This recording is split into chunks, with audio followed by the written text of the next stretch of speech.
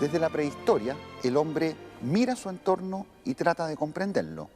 Muy en particular, lo que tiene más cerca, su planeta, nuestro planeta, que hace 4.500 millones de años que nos viene dando maravillosas sorpresas. Aparece la vida, continentes que se juntan y se separan, agresiones externas, cae un aerolito, aparecen especies y desaparecen. Ciertamente es un planeta muy complejo.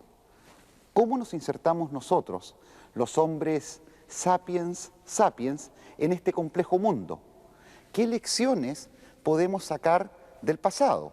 Muy en particular de los dinosaurios, especie que dominó sobre la Tierra durante millones de años y que de pronto desaparece. ¿Cómo el hombre interactúa con su medio ambiente? ¿Cómo podemos relacionar eso con esa desaparición de los dinosaurios? ¿Estamos destinados a desaparecer? ¿Podremos dominar nuestro entorno? ¿Cuál es el futuro de nuestro planeta?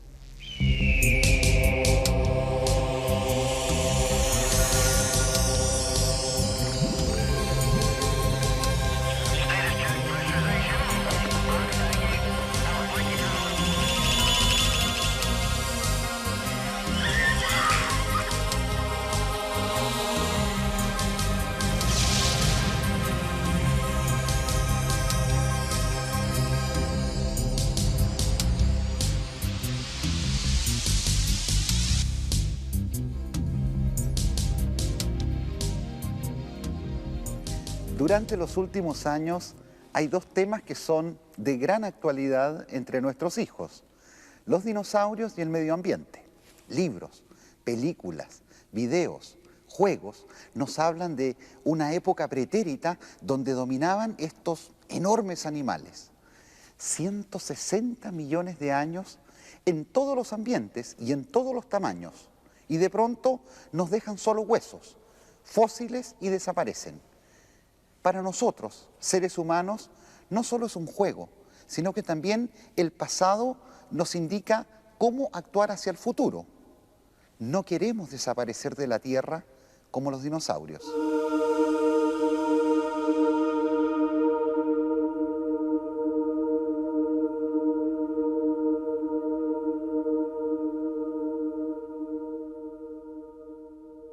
Mucho antes de la aparición del hombre, hubo una época en que los mamíferos medían unos pocos centímetros y vivían escondidos en pequeñas cuevas. Una época dominada por gigantescos animales que remecían el suelo con sus pisadas.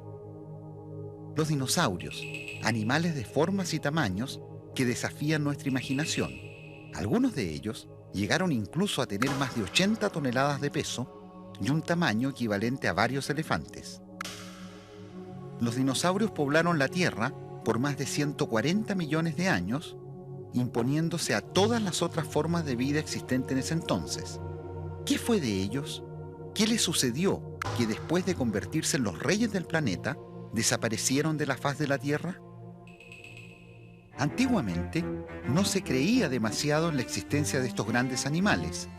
Los primeros fósiles de dinosaurios recién aparecieron en el siglo pasado, especialmente gracias al trabajo de paleontólogos británicos.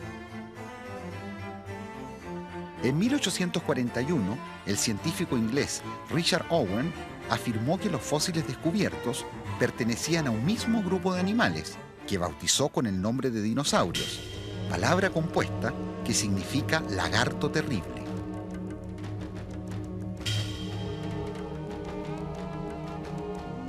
El grupo de los dinosaurios era un grupo muy variado, en el cual había, por un lado, animales de crecimiento rápido, por otro lado había animales pesados, había animales ágiles, o sea que era todo una gran diversidad de formas. En el caso de los dinosaurios bípedos de tamaño pequeño, por ejemplo, con un peso del orden de 40, 50 kilos, todas las evidencias que tenemos eran que eran animales muy ágiles que se movían muy rápidamente. José Bonaparte es uno de los investigadores de dinosaurios más prestigiosos del continente. Pionero en la paleontología, hace ya décadas que comenzó su trabajo, intrigado por los misterios de la vida. Esta misma fascinación es la que ha inspirado a investigadores, profesionales y aficionados que durante décadas fueron excavando la tierra y sacando a la luz una variedad impresionante de ejemplares.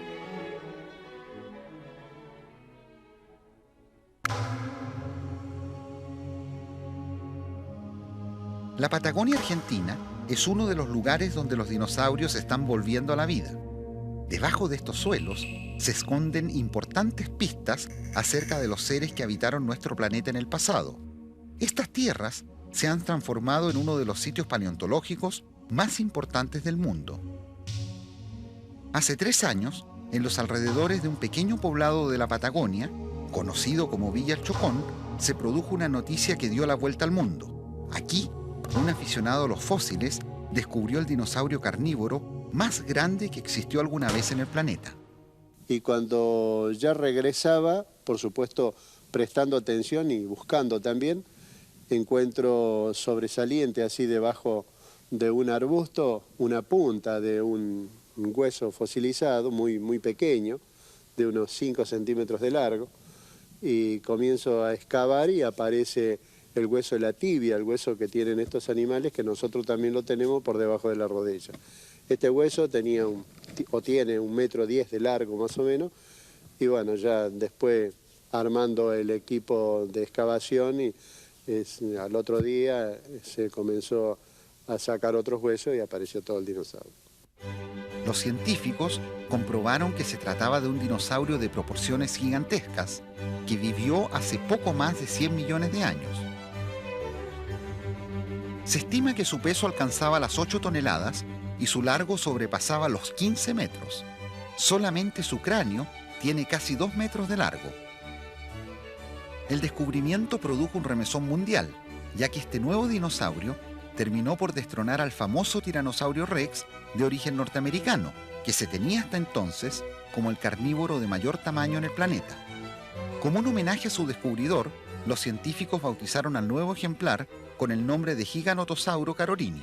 Es el dinosaurio carnívoro más grande del mundo, que se trata del Giganotosaurus, el cual habría tenido unos 16 metros de largo. Lo que tenemos aquí es el dentario de uno de los ejemplares de Giganotosaurus, lo que está indicando, bueno, el tamaño que habría tenido el animal. Acá tenemos solamente la serie dental, en la cual están los dientes rotos, pero vemos que el dentario es muy alto en la parte anterior, ¿no es cierto? Esta es la parte posterior del dentario. ¿Cuál era el aspecto de este animal? El Giganotosaurio caminaba sobre 2 patas, como todos los dinosaurios carnívoros. Corría detrás de sus presas, probablemente a más de 30 kilómetros por hora. Destrozaba a sus víctimas con sus terribles colmillos. Tenía unos 60 dientes y en caso de que alguno se cayera o rompiera, inmediatamente aparecía debajo otro colmillo de reemplazo.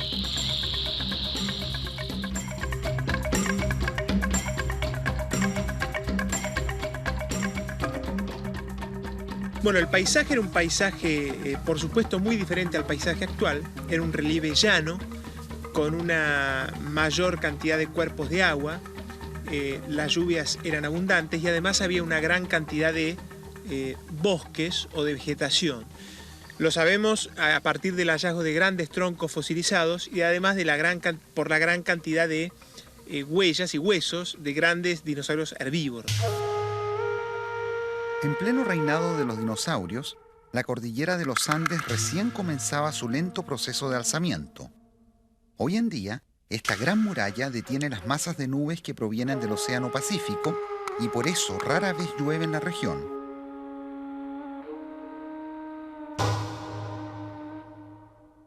Por el contrario, en la era de los dinosaurios, la Patagonia estaba llena de vida. En sus andanzas por bosques y lagunas, estos animales marcaron el territorio con sus huellas inconfundibles. Bueno, acá lo que se puede ver son huellas dejadas por un dinosaurio.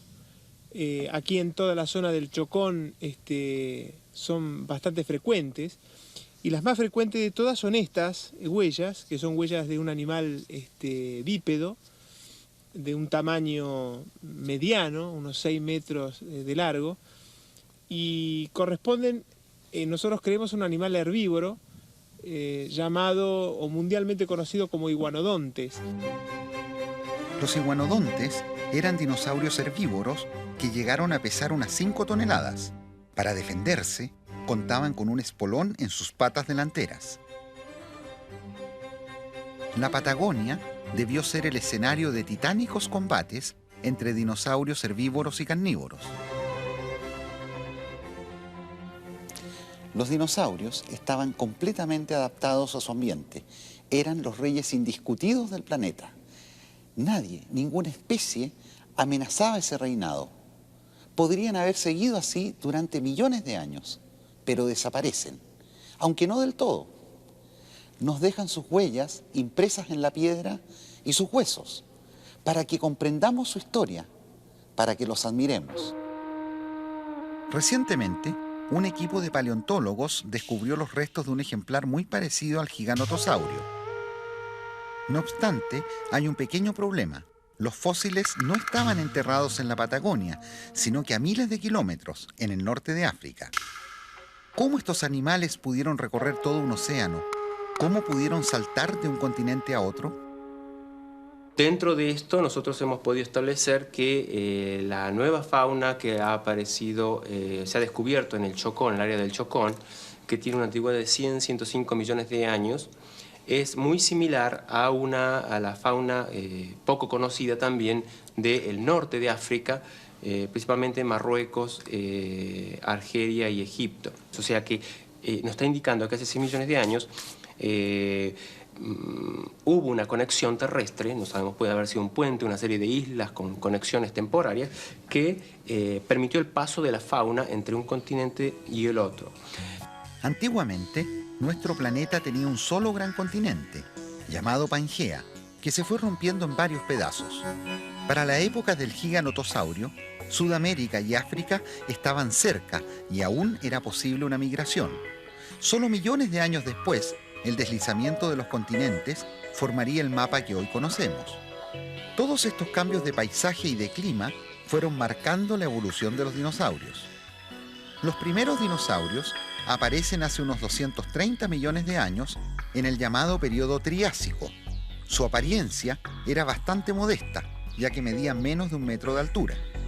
En el periodo Jurásico, los dinosaurios se multiplicaron por todo el planeta y alcanzaron proporciones gigantescas. En el siguiente periodo, en el Cretácico, estos grandes reptiles siguieron diversificándose y aumentando en tamaño hasta alcanzar la cumbre de su evolución. En esta época vivieron el Gigantosaurio y los inmensos iguanodontes de la Patagonia. Sin embargo, hacia el final de este periodo se produce un hecatombe, una catástrofe mundial. Los dinosaurios desaparecen misteriosamente, se extinguen por completo, dando paso a una nueva era, una era dominada por los mamíferos.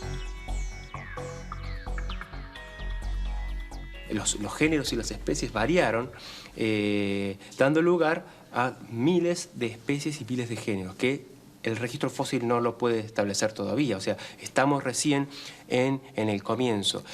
El hablar de la historia de la vida es como hablar de un libro al cual le faltan páginas, al cual a las páginas le faltan renglones, a los renglones le faltan palabras, a las palabras le faltan letras.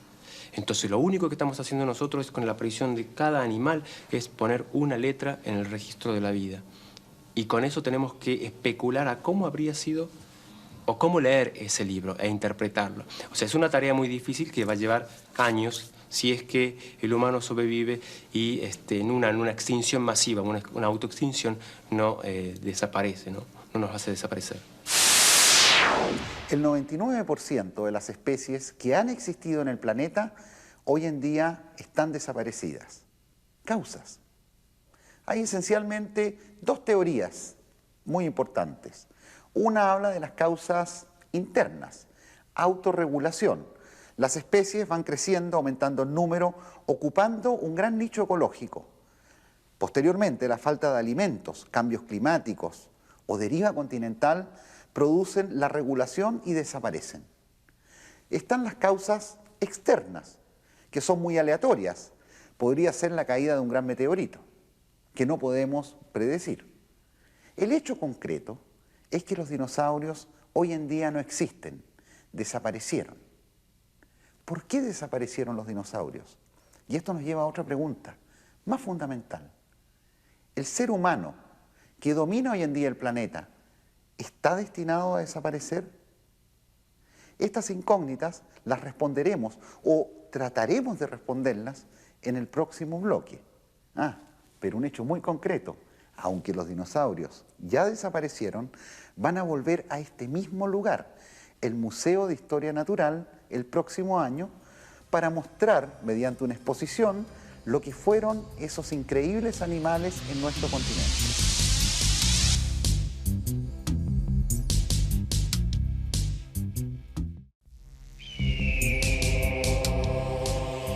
Durante 160 millones de años, los dinosaurios dominaron tierra, aire, agua, desde la época jurásica hasta el Cretácico, convirtiéndose en un perfecto ejemplo de adaptación a cualquier medio ambiente sobre la Tierra.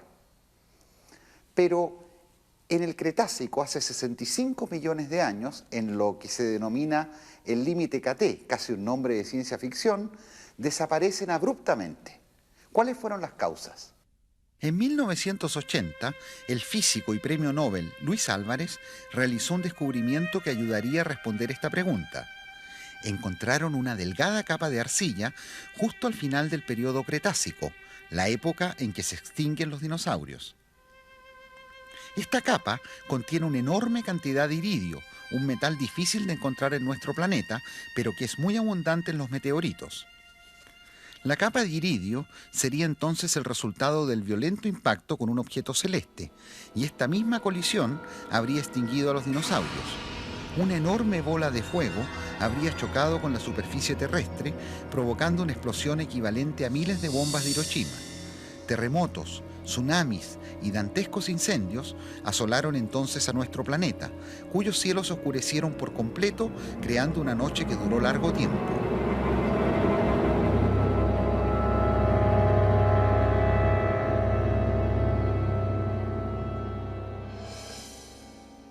Eso provocó que la fauna, la vegetación desapareciera rápidamente y con ello todos los animales herbívoros y los carnívoros, es decir, toda la cadena alimenticia. Y los primeros, digamos, en extinguirse habrían sido las formas gigantes por la imposibilidad de alimentarse y sobrevivir aquellos animales pequeños que pudieron invernar en una gran noche quizás de un año, como los mamíferos, que cuando volvió la luz, las semillas germinaron y aquellos animales que tuvieron la oportunidad de sobrevivir bajo tierra o en esa gran noche, como los mamíferos, digamos, poblarán nuevamente el planeta. Por primera vez, los pequeños mamíferos quedaron libres de la amenaza de los dinosaurios. Pudieron crecer y multiplicarse durante millones de años, llegando a dominar la Tierra.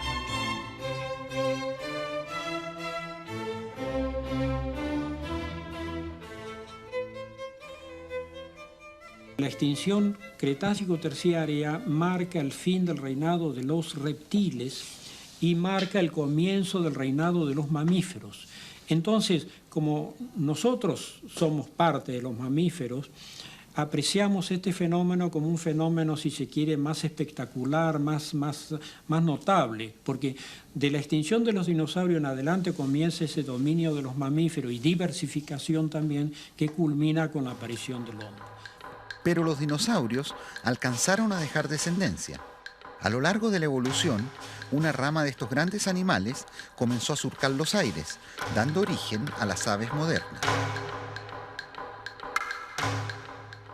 Las aves son los dinosaurios voladores. Si uno agarra o estudia un esqueleto o las características anatómicas de un ave, va a ver que tiene un gran parentesco con los dinosaurios terópodos, del grupo de los terópodos, ¿no?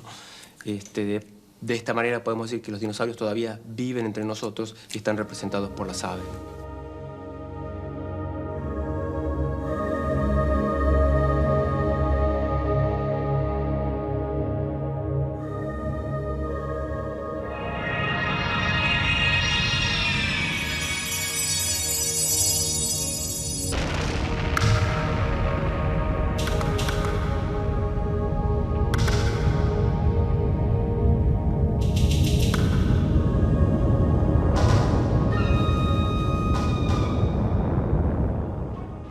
65 millones de años después de la extinción de los dinosaurios, otro objeto celeste viene a visitar nuestro planeta. No se trata de un meteorito, sino que de un cometa. Desde fines de abril comenzó a verse en cielos chilenos el cometa más luminoso del siglo, el Hale-Bopp, que aún puede ser observado a simple vista en el horizonte después de la puesta de sol. He estado estudiando cometas por los últimos 26 años. He estudiado alrededor de 50 cometas. Este es lejos el más brillante. Es 10 veces más brillante que el cometa Halley. La última vez que el cometa Hale-Bopp pasó cerca de la Tierra fue hace 4.200 años, en los albores de la civilización, cuando los egipcios levantaban sus pirámides. A lo largo de la historia, los cometas han visitado regularmente al hombre llenándolo de asombro y temor. Gracias al estudio del universo, hoy sabemos que los cometas no son más que bolas de hielo y polvo que se crearon junto con el Sol y los planetas. Ocasionalmente, alguno de estos objetos celestes se ha acercado demasiado, llegando incluso a chocar violentamente con nuestro planeta. ¿Podría ocurrirnos una tragedia similar a la de los dinosaurios? ¿Podría la humanidad desaparecer por un gigantesco impacto?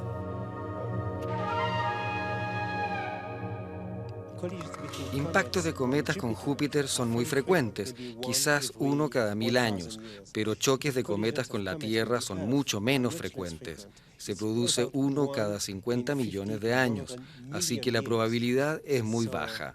Uno tiene más posibilidades de morir en un auto en la próxima hora que morir por el impacto de un cometa.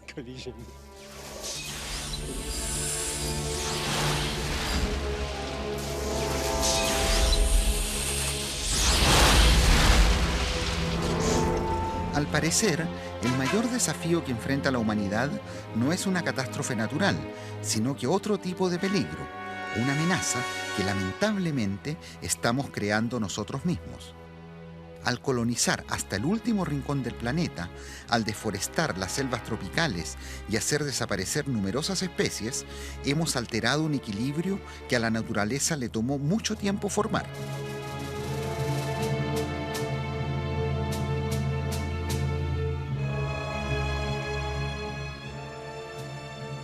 Desde el siglo pasado, el hombre ha inundado la atmósfera con gases que aparentemente están recalentando el clima en todo el planeta. Son los llamados gases de efecto invernadero.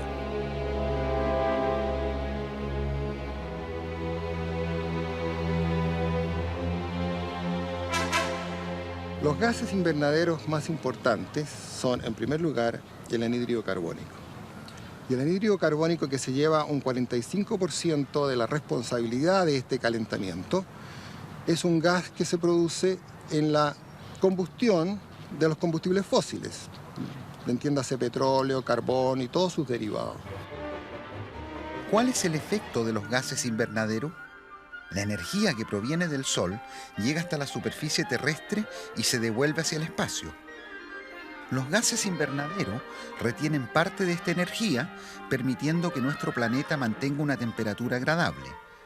No obstante, si estos gases aumentan demasiado su concentración, el equilibrio se rompe, iniciándose un periodo de recalentamiento y afectando la vida en todo el planeta. Durante este siglo, la temperatura promedio global ha subido en medio grado centígrado, cifra que puede parecer insignificante. ¿Realmente vale la pena que nos preocupemos por solo medio grado de aumento? Para responder a esta pregunta hay que adentrarse en el clima del pasado.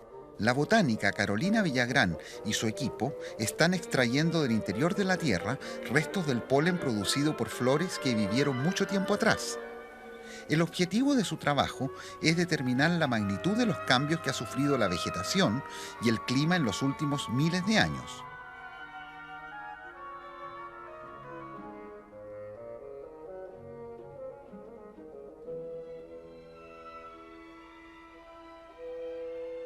Esto se basa en dos propiedades muy importantes. La primera de ellas es que el grano de polen está recubierto por una pared muy resistente al deterioro del tiempo. Prácticamente puede permanecer invariante por millones de años, de tal manera que se conserva. Y por otro lado, cada planta produce un polen con una morfología particular, específica, de tal manera que es posible reconocer la planta que lo produjo, estudiando al microscopio las características de la pared del polen. Después de un acucioso trabajo de laboratorio, donde se va contando individualmente cada grano de polen, se llega a un panorama exacto acerca de qué plantas eran más abundantes en el pasado. Grandes transformaciones en la vegetación significan cambios importantes en el clima. ¿A qué conclusiones se ha llegado? En el pasado han habido periodos de calentamiento, como el que está experimentando la humanidad ahora, mucho más grandes. En el Mioceno hubo un calentamiento importante, hace 15 millones de años atrás. En el óptimo climático, hace 6.000 años, 5.000 años, en los interglaciales.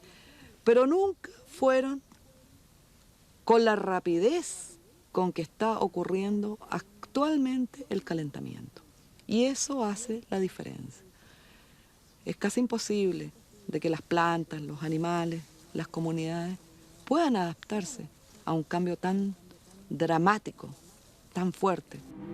Nuestro planeta estaría experimentando la variación climática más importante de los últimos 100.000 años. Las próximas décadas serán claves para confirmar esta tendencia.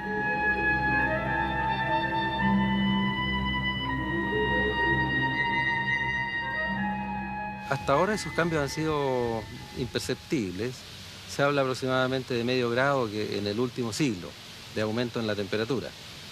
Sin embargo, está previsto que en los próximos 30 o 40 años se pueda producir una aceleración en el cambio en la temperatura, de modo que la atmósfera podría llegar a calentarse hasta en un par de grados en los próximos 40 años. El cambio global transformará nuestro mundo, afectando al hombre y a todo el ciclo de la vida.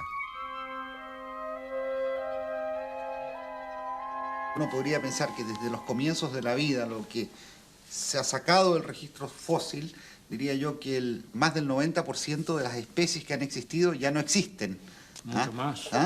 Mucho más. Quedan poquitas. Luego tenemos un desafío enorme, cuidar lo que nos queda y esa diversidad. Claro, es un gran desafío, pero debemos reconocer también que está dentro de las posibilidades de la especie humana afrontar ese desafío.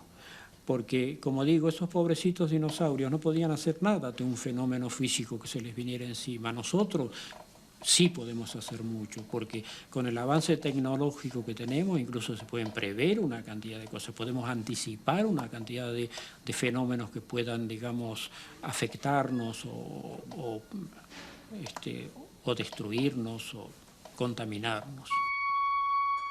Se nos abren nuevos desafíos a futuro. ¿Qué sucederá con la disponibilidad de agua en nuestro país? ¿Qué pasará con el nivel del mar? ¿Llegará el desierto hasta las puertas de Santiago? Son preguntas y desafíos que deberemos enfrentar en conjunto. El hombre pudo tomar su lugar en la naturaleza de acuerdo a una serie de elementos fortuitos. Primer escenario, un aerolito de varios kilómetros de diámetro saca a los dinosaurios de la faz de la Tierra, dando una oportunidad a los mamíferos.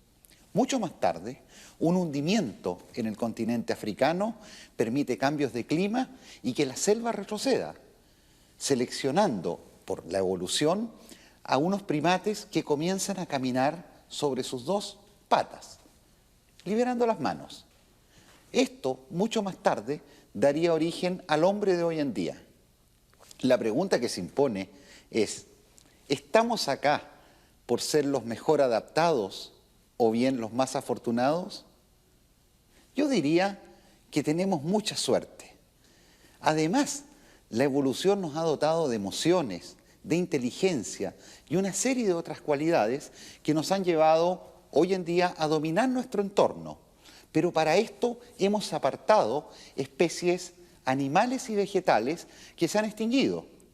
Obviamente que esto redunda en no tener el futuro asegurado.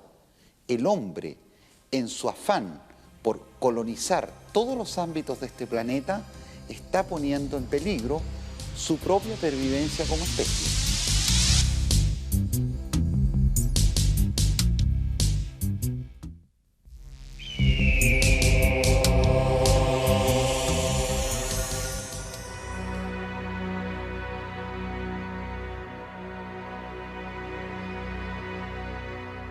Bautizamos a nuestro planeta con el nombre de Tierra, aunque vista desde el espacio, nuestro hogar merecería el nombre de planeta azul. Con más de un 70% de su superficie cubierta por los océanos, la Tierra es el único lugar en todo el sistema solar que cuenta con agua abundante en sus 3 estados. Pero no siempre fue así. Mucho tiempo atrás, nuestro planeta era un lugar completamente seco y estéril. Durante miles de años, los volcanes liberaron gases ricos en sulfuro, carbono y vapor de agua, creando una atmósfera muy distinta a la actual. Así, se formaron nubes que bañaron la Tierra y llenaron los océanos. Desde entonces, el agua es continuamente reciclada. Cae sobre los continentes. Desde ahí, viaja hacia el mar y los lagos. Se reincorpora al aire para volver a caer sobre el suelo en un proceso que ha durado casi una eternidad.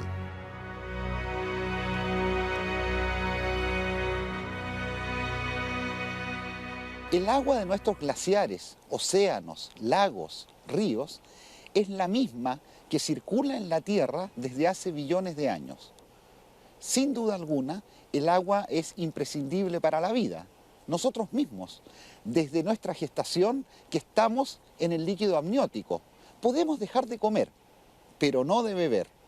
Bien lo saben en el norte y en el centro del país, donde hoy en día se vive la peor sequía de este siglo. Se habla del calentamiento global de la atmósfera que permitirá que este recurso sea muy escaso en el futuro. ¿Qué será de las lluvias? Nuestros hielos eternos. ¿Cómo afrontaremos este nuevo desafío? Solo un mínimo porcentaje de todo el agua que existe en el planeta es apta para beber. Por eso, se piensa que la disponibilidad de agua dulce será uno de los grandes desafíos del próximo milenio. A las actuales tasas de crecimiento, la población mundial se duplicará en pocas décadas más, aumentando notablemente la demanda por este vital recurso. Además, debido al aumento global de la temperatura, vastas áreas del planeta contarán con menos lluvias y tenderán a desertificarse.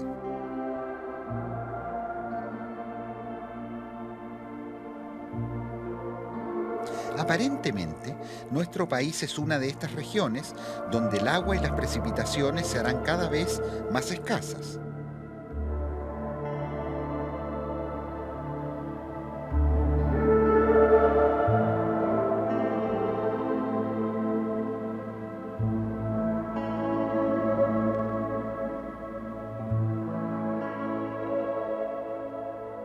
Este es el embalse Cogotí, ubicado en la 4ª región. Fue diseñado para abastecer y regar a más de 15.000 hectáreas de terreno.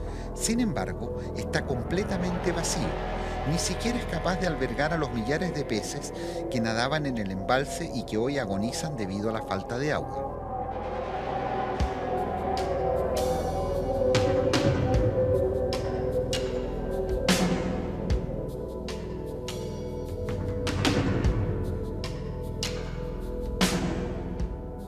La sequía que afecta a nuestro país entre la 3ª y 7ª región ha llevado los embalses hasta niveles realmente críticos.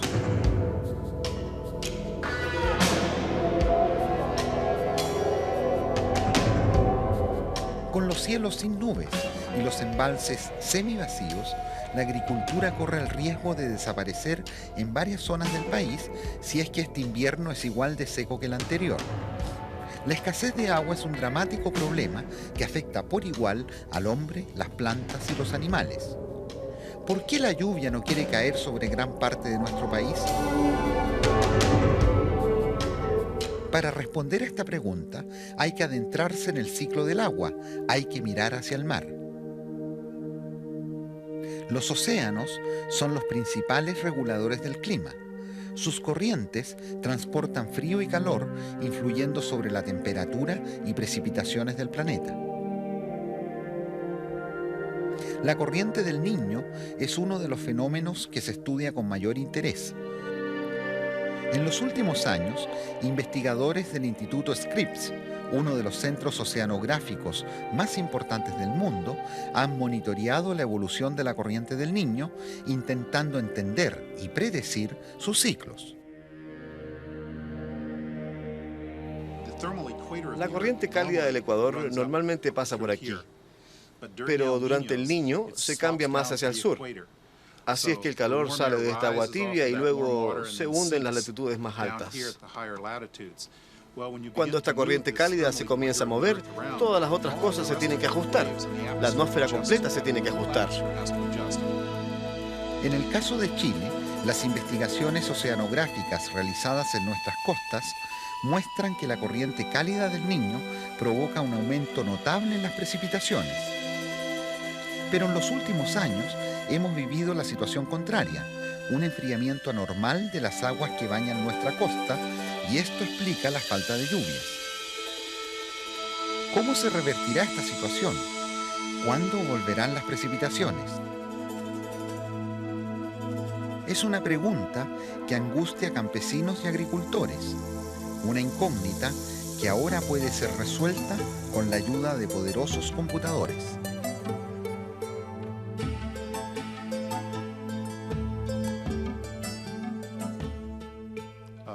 En los viejos tiempos no podíamos hacer modelos de la atmósfera que funcionaran. Hoy día tenemos nuevos y excelentes modelos computacionales de la atmósfera que son muy realistas y con los cuales podemos predecir el clima incluso con un año de adelanto. En estos momentos, las predicciones sobre el Niño para el año 1997 están comenzando a mostrar un leve entibiamiento en el Ecuador, por lo que la temperatura del agua en la costa de Chile y de Perú será más tibio que lo normal, lo que debería significar más lluvia. De ser cierto este pronóstico, las lluvias se normalizarían a partir de junio, atenuando los efectos de la sequía. Por el contrario, si las precipitaciones no reaparecen, muchas localidades del norte y centro de nuestro país podrían colapsar ante la falta de agua.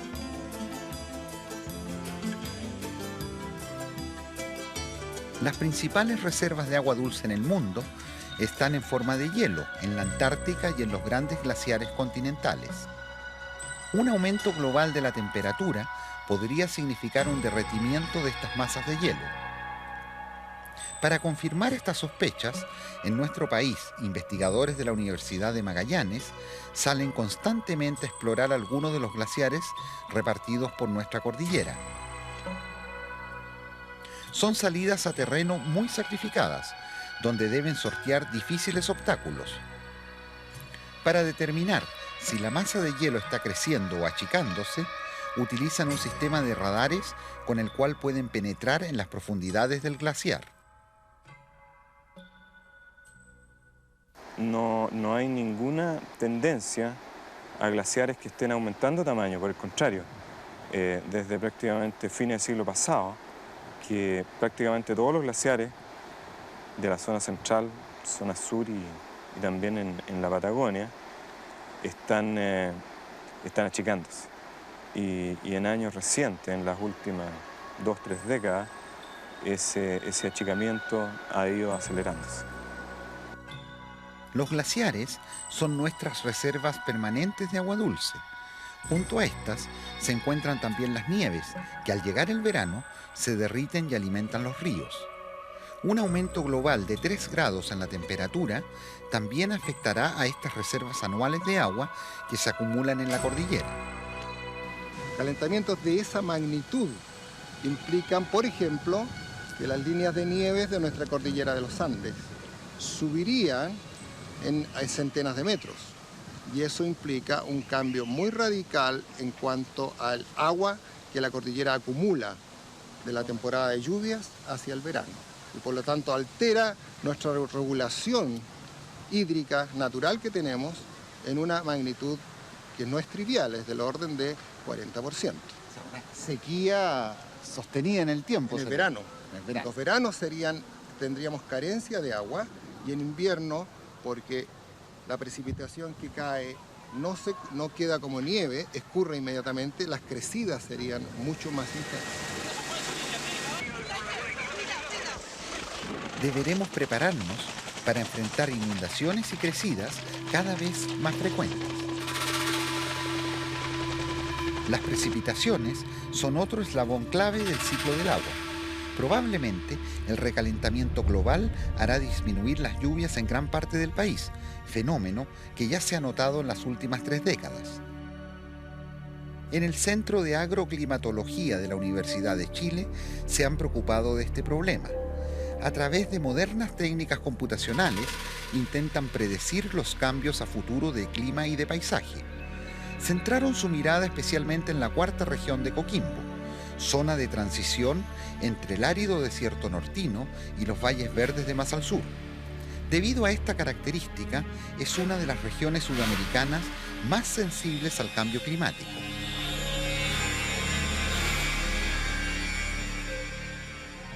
Bueno, en estimaciones que hemos hecho de cómo se ha movido el desierto desde principios del siglo, hemos podido constatar de que la velocidad con que se habría desplazado hacia el sur es del orden de 0,3 a 0,4 kilómetros por año.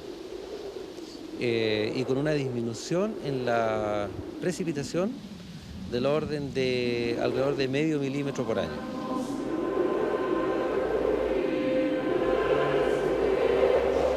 ¿Qué pasará en el futuro si continúa esta misma tendencia?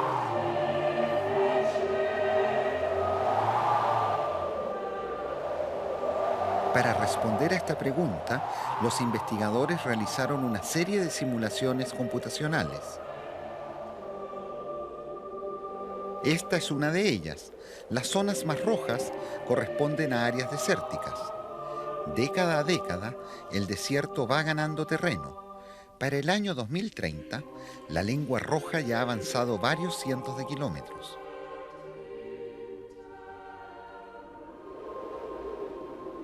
Si no hacemos nada para detenerlo, en el futuro el desierto llegaría a las puertas de Santiago. Lo que acabamos de ver es ficción, entendiendo esto como una simulación en un computador basada en datos reales. Pero esta ficción se acerca a pasos agigantados. ¿Y qué haremos entonces nosotros los chilenos? ¿Cómo estamos cuidando nuestros recursos naturales? ¿Puede la ciencia ayudar a suplir la falta de agua?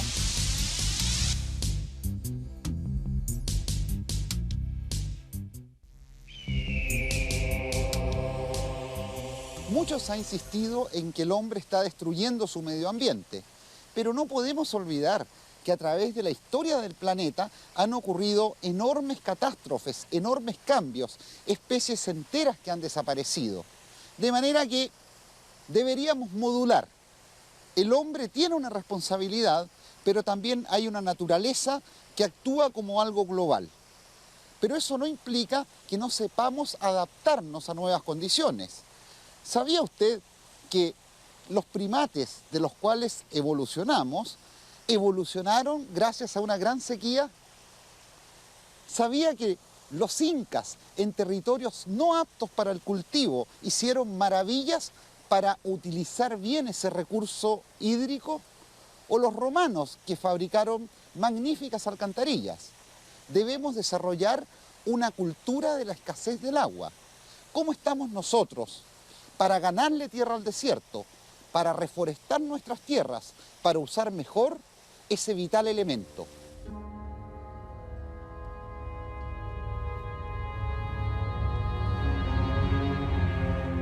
Las lluvias son cada vez más escasas en nuestro país. Cada año se acumula menos nieve y hielo en la cordillera. Ya casi un tercio de nuestro territorio está convertido en desierto.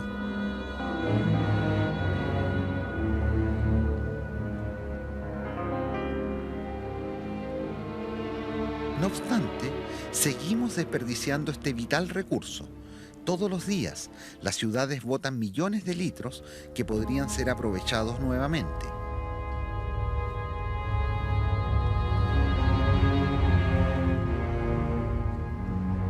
Si queremos enfrentar con éxito la escasez de agua en el futuro, deberemos adoptar nuevas tecnologías que nos permitan aprovechar y ahorrar hasta la última gota de agua.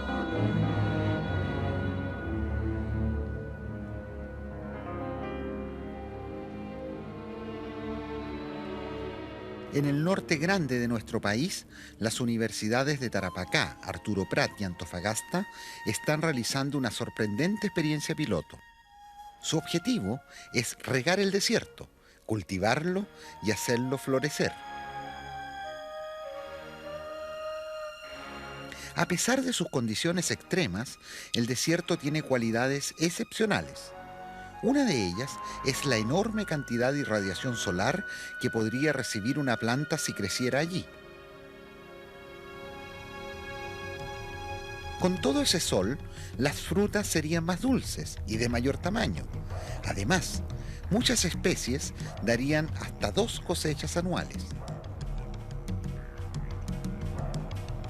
Pero la agricultura está muy poco desarrollada en toda esta región, debido fundamentalmente a la escasez de agua.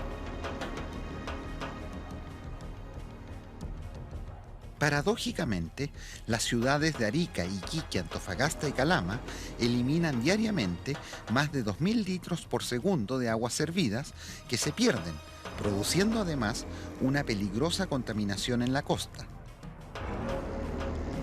Y justamente una de las finalidades de este proyecto es evitar, por una parte, la pérdida de este recurso hídrico y, por otra parte, aprovechar este recurso en agricultura mediante su tratamiento. Las aguas servidas son depositadas en grandes piscinas ubicadas en medio del desierto. La gran cantidad de materia orgánica que contienen se transforma en una rica fuente de alimentación para millones de bacterias. Estos microorganismos se reproducen rápidamente, procesando y purificando los desechos. Las aguas vuelven a ser cristalinas, permitiendo cultivar terrenos que antes eran considerados sin ningún valor.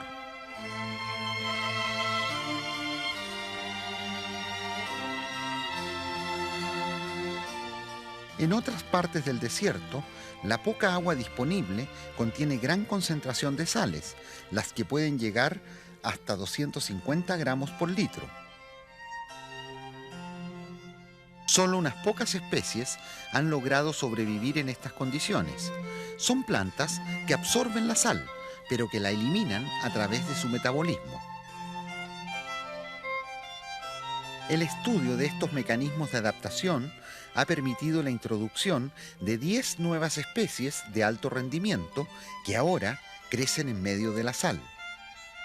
Incluso se ha descubierto que el enemigo salino puede resultar un buen aliado.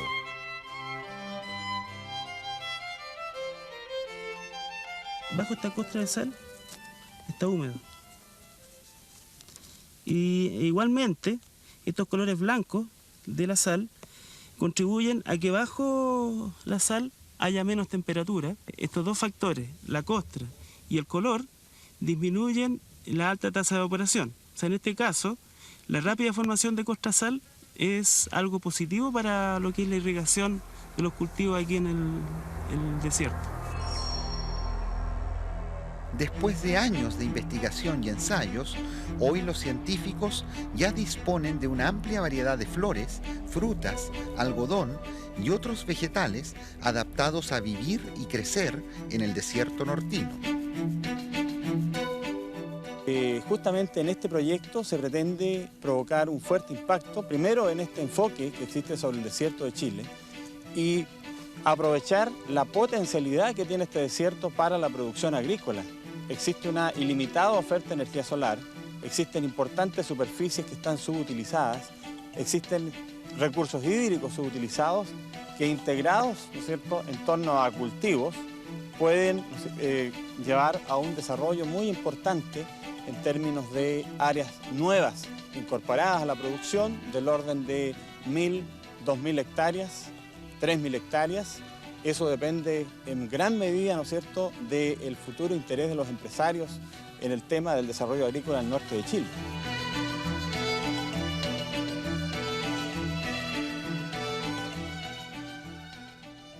Caminos como el que hemos visto de aumentar la superficie cultivable en el norte de Chile es algo que debemos incentivar y seguir en las próximas décadas.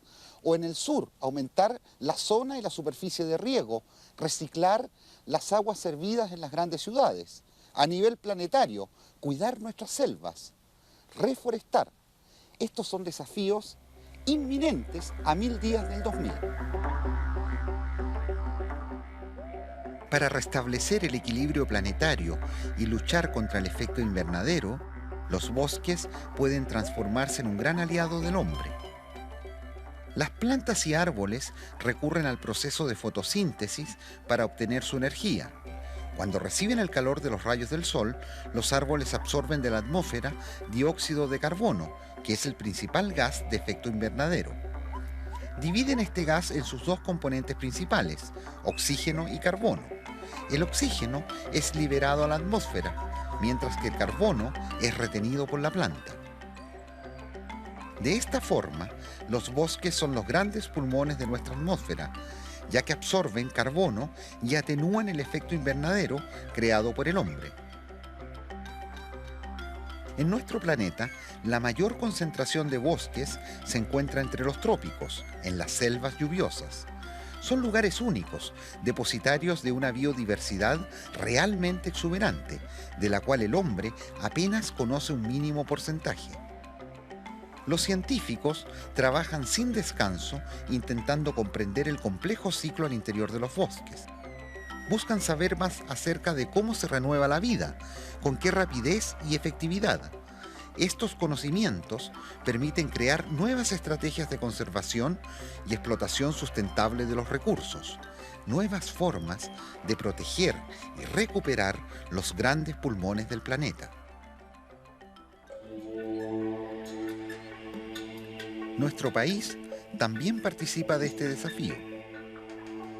En Chile, los bosques cubren más de 12 millones de hectáreas, la mayoría de ellas con especies nativas, como el alerce, la lenga y la araucaria.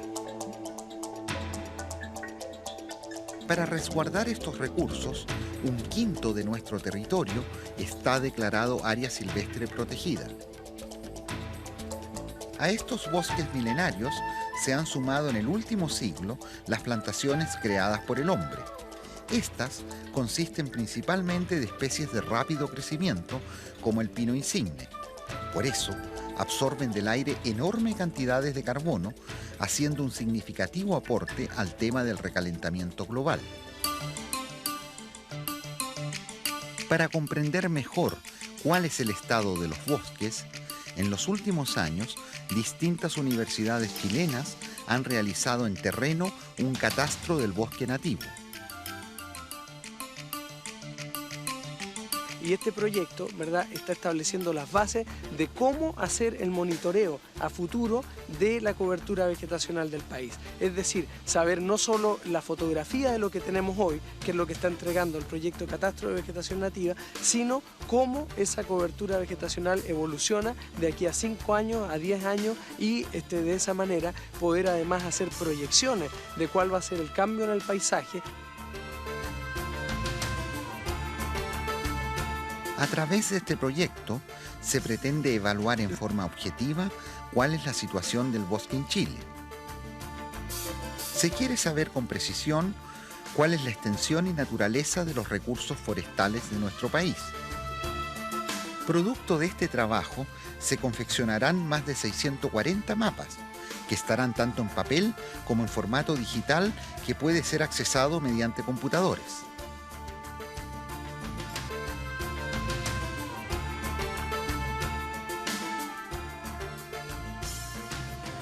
Toda esta información será clave para el futuro, para saber cómo conservar mejor nuestros bosques, cómo aprovecharlos en forma sustentable, cómo recuperar las tierras que hoy están desnudas.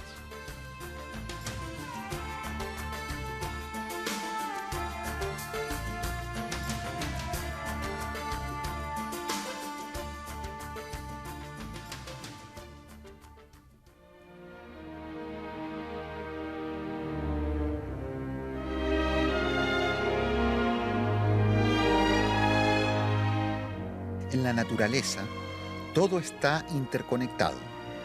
Nadie es autosuficiente, ni siquiera el hombre.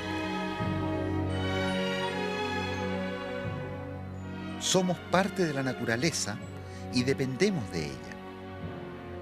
Este es nuestro propio hogar, nuestra única casa, que nos proporciona todos los alimentos y toda la energía que necesitamos para vivir.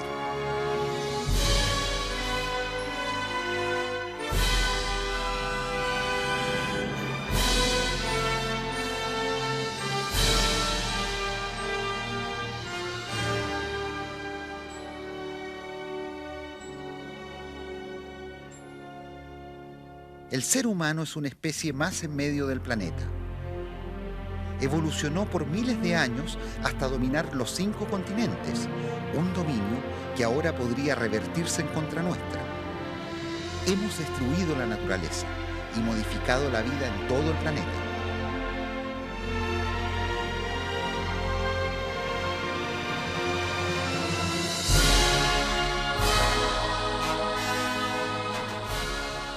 Para prolongar nuestra permanencia sobre la Tierra, necesitamos encontrar soluciones que no alteren el equilibrio de la vida. Necesitamos que la especie humana se piense a sí misma en armonía con su entorno.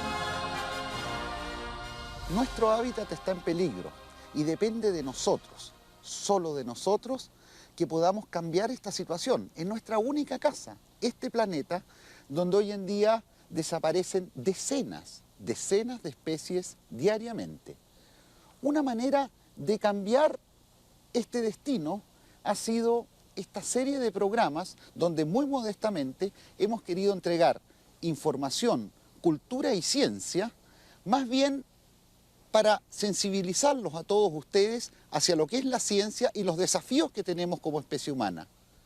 Muchas veces no hemos dado respuestas, porque honestamente no hay respuesta, pero sí hemos puesto muchas preguntas y esperamos que esas preguntas hayan quedado allí, en ese terreno que hay entre su casa y esta imagen, para en un futuro muy próximo discutirlas conjuntamente, usted y nosotros, aquí en este espacio.